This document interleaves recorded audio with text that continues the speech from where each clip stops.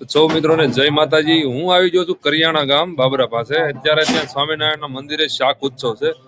તો હાલો હું તમને બતાવીશ અત્યારે શાક ઉત્સવમાં શું શું તૈયારી થાય છે। કેમ કે રોટલા બાજરાના રોટલા છે એ તો બહાર ગામથી ભક્તો લઈને આવવાના છે અને અત્યારે આપણે શાક બને છે તો અત્યારે એની જે તૈયારી ફૂલ હાલે છે એ તમને બતાવું। આ શ્રી સ્વામિનારાયણનું મંદિર, ત્યાં હું આવી ગયો છું।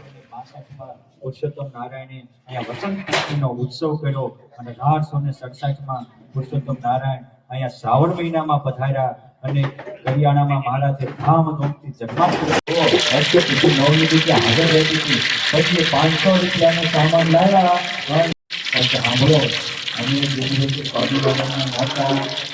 અમારા બેઠા હોય આવી રીતે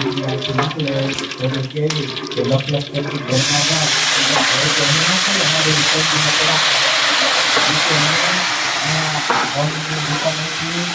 આ અમારી પરિસ્થિતિ હતી, પરંતુ આ દરમિયાન ભગવાન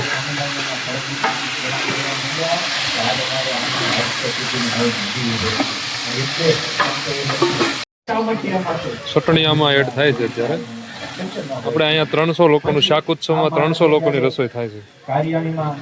કરિયાણામાં મોટો જન્માષ્ટમીનો ઉત્સવ કર્યો। એ જ વખતે અહીંયા એક દિગંબર યોગી આવ્યો। મેં ઉતરશે જોગી હર દિગંબર રાજ બેઠા સભા થઈ ત્યારે બધાએ પૂછ્યું સતાનંદ સ્વામીને કે તમે જઈને આવ્યા હતા ત્યાં શું ખાતી હતી, વાતો એ કરો।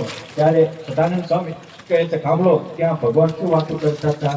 શ્રી નારાયણ બોલે તબહી પ્રગટ શ્રી પુરુષોત્તમય બહી। ત્યાં બદ્રિકાશ્રમમાં નંદાનંદની સભામાં જ્યાંથી આવો છો એ સીધું લાવવાનું છે, ભાવનગરથી લાવવાનું છે।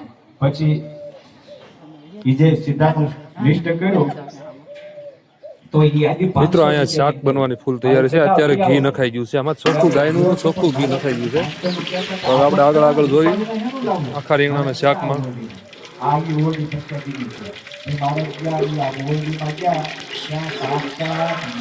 લક્ષ્મીજી 500 હોનામાળો લઈ અને ચાંદામાથી ઉપર બેઠા હતા। બાજુમાં જીવો દીવો શ્રીજી અમને એનો લાભ આપો। એ જ વખતે આકાશમાં મસાલો આમાં એડ થાય છે શાકમાં। હવે ભગવાન આમ હાથ કરીને આમ હાથની વિચારો કર્યો તો સતાનંદ સ્વામી પાછા આવ્યા। જેના ભાગ્ય ભલા વખણાય તેને એવા દર્શન થાય। જીવા ખાચર ભાગ્યશાળી હતા, પાછા દર્શન કરાવ્યા। જીવા ખાચરે દર્શન કીધું નિજ ભાગ્ય ભલો ગાણી લીધું જેમાં જીવન જન પ્રતિથાળ। પછી મહારાજે પંક્તિ કરાવી, સૌ સંતોને જમાડ્યા, સૌ ભક્તોને પણ પ્રેમથી પીરસીને જમાડ્યા। રાત્રે પહોંચી ગયા।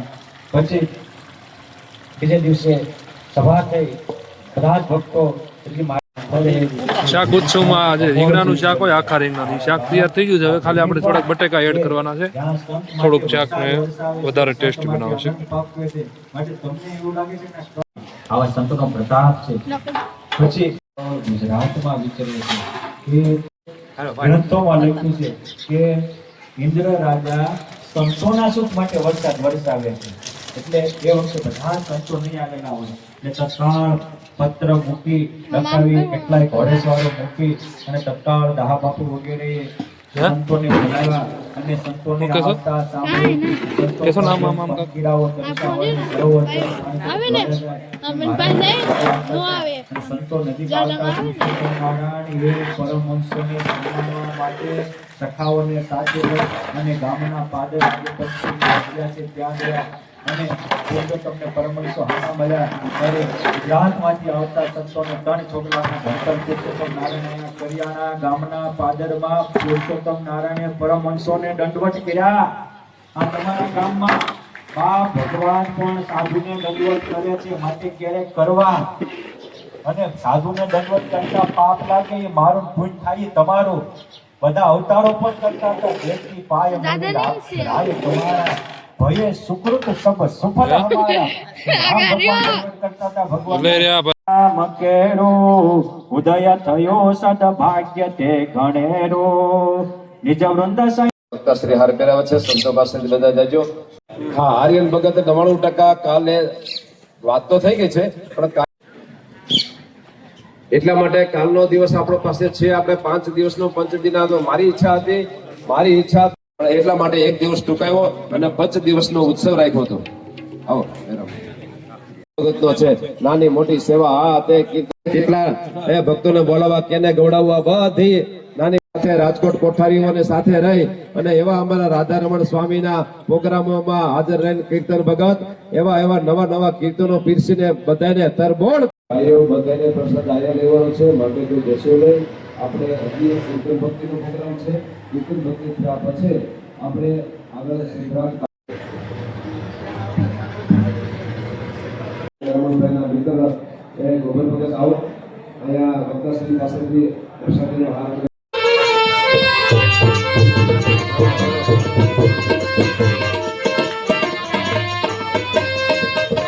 સ્વામી તથા અહીંયા ઉપસ્થિત પરમ પૂજ્ય શ્રી ઘનશ્યામ સ્વામી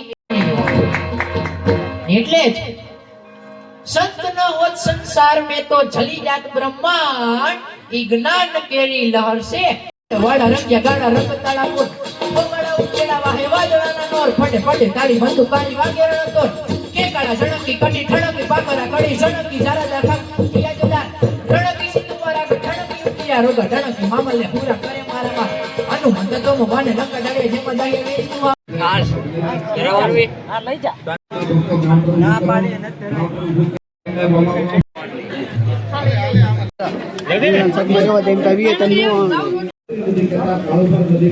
ભગવાન કૃષ્ણ કાળા અને નદીનું નામ પણ કાળું ભાર. કાળું ભાર નદી ત્યાંથી લઈ આવજો. ભેળાઓ છૂટે છે અને કાળું ભારે માસ મળી રહ્યું છે. માટે ચાલો હવે ભોજન સમારંભ પ્રસિદ્ધિ લઈ લઈ સ્વામિનારાયણ શાક ઉત્સવ.